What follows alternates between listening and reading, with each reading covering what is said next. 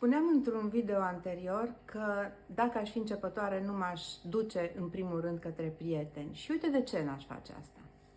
Prietenii ne știu, sau cred că ne știu, așa cum eram cândva.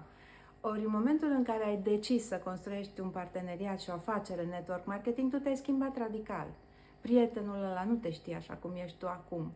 El își imaginează că ești acolo unde ați fost cândva și vrea să rămâi acolo, vrea să nu te schimbi, să nu pleci, să nu se întrerupă lucrurile, nebuniile pe care le făceați împreună.